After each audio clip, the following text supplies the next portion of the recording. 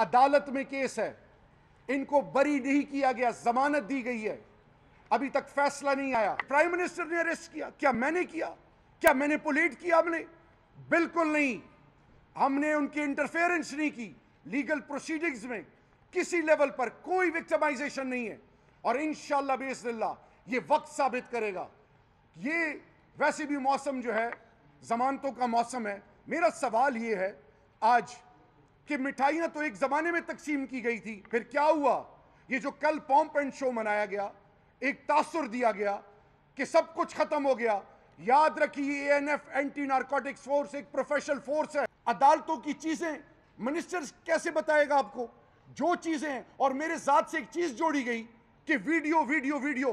पहली press conference में मैं और डीजी एएनएफ मैंने फुटेज किसी जगह पे मेरे एक चीज इस्तेमाल की, फुटेज उसको अजीब तरीके से पेश कर दिया गया कि 17 दिन के अंदर तमाम सबूत अदालत को दे दिए गए, अदालत में वो पड़े हैं।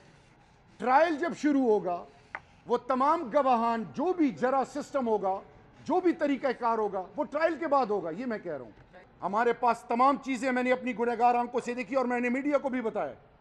खुदा के लिए बार बार इस चीज पे एम्फेसाइज कर रहा हूं कि भागने वाले नहीं हैं, किसी लेवल पर इस पे सौदेबाजी नहीं होगी।